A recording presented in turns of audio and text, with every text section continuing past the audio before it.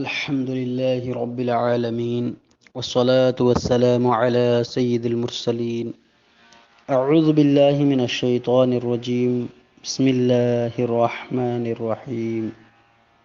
اللهم افتح علينا حكمتك وانشر علينا رحمتك يا ذا الجلال والإكرام.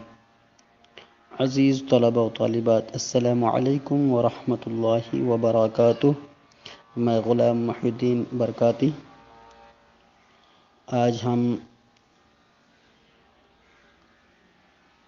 کلاس 4 کو کتاب التجوید میں سے الدرس الخامس یعنی 5واں سبق حروف اللسان، زبان سے نکلنے والے حروف، اس سبق کو سمجھنے کی کوشش کریں گے انشاءاللہ تعالی. زبان سے ادا ہونے والے حروف 18 ہیں. زبان سے ادا ہونے والے حروف کتنے ہیں؟ 18 ہیں.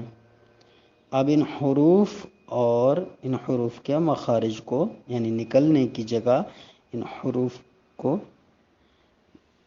جو ہے مخارج کے ساتھ پڑھنے کی کوشش اور سمجھنے کی کوشش کرتے ہیں. نمبر 1 قاف. قاف کا مخرج جڑ زبان تالو سے مل کر ادا ہوتا ہے. اس کو یوں کہیں یعنی زبان کی جڑ تالو کے نرم حصے سے قاف ادا ہوتا ہے. اس حساب سے بھی آپ اس کو سمجھ سکتے ہیں. نمبر 2 کاف. کاف باریک پڑھا جاتا ہے اور جہاں سے قاف ادا ہوا اس کے اوپر سے کاف ادا ہوگا، یعنی زبان کی جڑ تالو کے سخت حصے سے، زبان کا جڑ جو ہے تالو کے سخت حصے سے لگا کر کے آسانی سے کاف ادا کر سکتے ہیں. اس کے بعد تیسرے نمبر پر 3 حروف ہیں جیم، شین، یا. بیچ زبان تالو سے مل کر ادا ہوتے ہیں. جیم، شین، یا کا مخرج زبان کے درمیان اور تالو کے درمیان ہے، یعنی زبان کے درمیان اور تالو کے درمیان سے جیم، شین، یا ادا ہوتے ہیں. اس کے بعد چوتھے نمبر پر ہے ضاد. ضاد کا مخرج کنارہ زبان داڑھ سے مل کر ادا ہوتا ہے، یعنی زبان کی جو کروٹ ہے اوپر کے داڑھوں کی جڑ سے، جو داڑھ ہوتے ہیں سائیڈ والے، بائیں سائیڈ سے یہ بآسانی ادا ہو جاتا ہے. زبان کا کنارہ، یہ زبان کی کروٹ اوپر کے داڑھوں سے مل کر ضاد ادا ہوتا ہے، یا یوں کہہ لیجئے کہ کنارہ زبان داڑھ سے مل کر ضاد ادا ہوتا ہے. اس کے بعد نمبر 5 پہ آئے گا لام. کنارہ زبان مسوڑے سے مل کر لام ادا ہوتا ہے. زبان کا کنارہ مسوڑے سے ملائیں گے تو لام بآسانی ادا ہو جائے گا. نمبر 6 پہ نون. زبان کا سرا تالو سے مل کر نون ادا ہوتا ہے. تالو کے ساتھ زبان کا سرا جو مل جائے گا تو بآسانی نون ادا ہو جائے گا. 7ویں نمبر پر را. را پشت زبان قریب سرا زبان تالو سے مل کر را ادا ہوتا ہے. را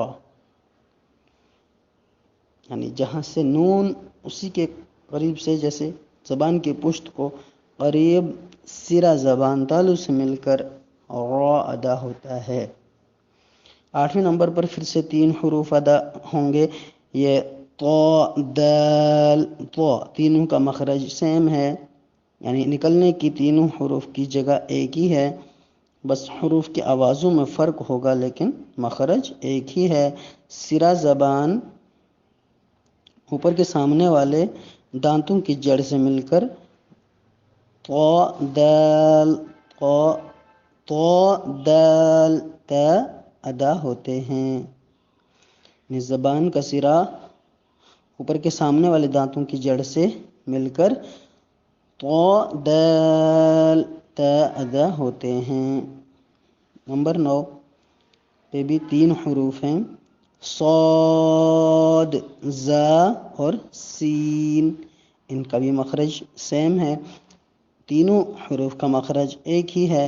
نوک زبان اوپر نیچے کے دانتوں سے مل کر ادا ہوتے ہیں۔ سو ایسے بولیں گے، صاد، دونوں دانتوں کو ملا کر جو ہے زبان کی نوک لگے گی تو صاد، زا، سین۔ اس میں سین اور صاد کا فرق یہ ہے کہ صاد پر ہوگا، موٹا پڑا جائے گا، اور سین باریک پڑا جائے گا۔ مخرج تینوں حروف کا ایک ہی ہے۔ اس کے بعد ہے وا، 10ویں نمبر پر وا، غال اور تا۔ سرہ زبان اور اوپر کے سامنے والے دانتوں کے سرے سے مل کر وا، غال اور ثا ادا ہوتے ہیں۔ عزیز طلباء، یہ مسپرنٹ کی وجہ سے یہاں ثا کا تا دکھ رہا ہے، لیکن یہ ہے اصل میں ثا۔ تینوں کا مخرج ایک ہی ہے، تینوں حروف۔ جیسے زبان کا سرا اوپر کے دانتوں کے اندرونی کنارے سے جب زبان کا سرا ملے گا تو وا، غال اور ثا ادا ہوتے ہیں۔ اب ہم جوابات کی طرف چلتے ہیں۔ پہلا سوال ہے، قاف اور کاف کے مخرج میں کیا فرق ہے؟ قاف کا مخرج ہے جڑ زبان تالو سے مل کر ادا ہوتا ہے، اور کاف اس سے تھوڑا قاف کے اوپر سے ادا ہوتا ہے۔ اس کو یوں بھی کہہ لیجئے کہ زبان کی جڑ تالو کے نرم حصے سے قاف ادا ہوتا ہے، اور زبان کی جڑ تالو کے سخت حصے سے کاف ادا ہوتا ہے۔ اس کو آسانی سے آپ یوں سمجھ لیجئے۔ سوال نمبر 2 ہے، جیم، شین، یا کہاں سے ادا ہوتے ہیں؟ تو آپ کہیں گے زبان کے درمیان اور تالو کے درمیان سے جیم، شین، یا ادا ہوتے ہیں، یا یوں کہہ لیجئے کہ بیچ زبان تالو سے مل کر جیم، شین، یا ادا ہوتے ہیں۔ صاد کا مخرج کیا ہے؟ صاد کا مخرج نوک زبان اوپر نیچے کے دانتوں سے مل کر صا، یعنی اوپر اور نیچے کے دانتوں کو جب ملائیں گے تو زبان کی نوک لگے گی ان کے ساتھ، اور بآسانی صاد ادا ہو جائے گا۔ اب سوال نمبر 4 ہے، نون کا مخرج کیا ہے؟ اس کو آپ تحریر بھی کیجیے گا۔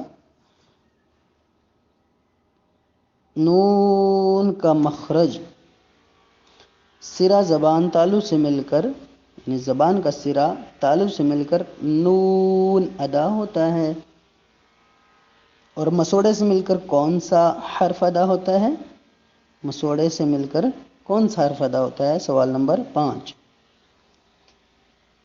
مسوڑے سے مل کر لام ادا ہوتا ہے، کنارہ زبان مسوڑے سے مل کر لام ادا ہوتا ہے۔ تو عزیز طلباء، ان 18 حروف کے مخارج کو آپ یاد کر لیجئے۔ آپ نے سن لیے یہ تمام حروف کے مخارج، تو انشاءاللہ میں امید کرتا ہوں آپ ان 18 حروف کے مخارج کو سمجھ چکے ہوں گے۔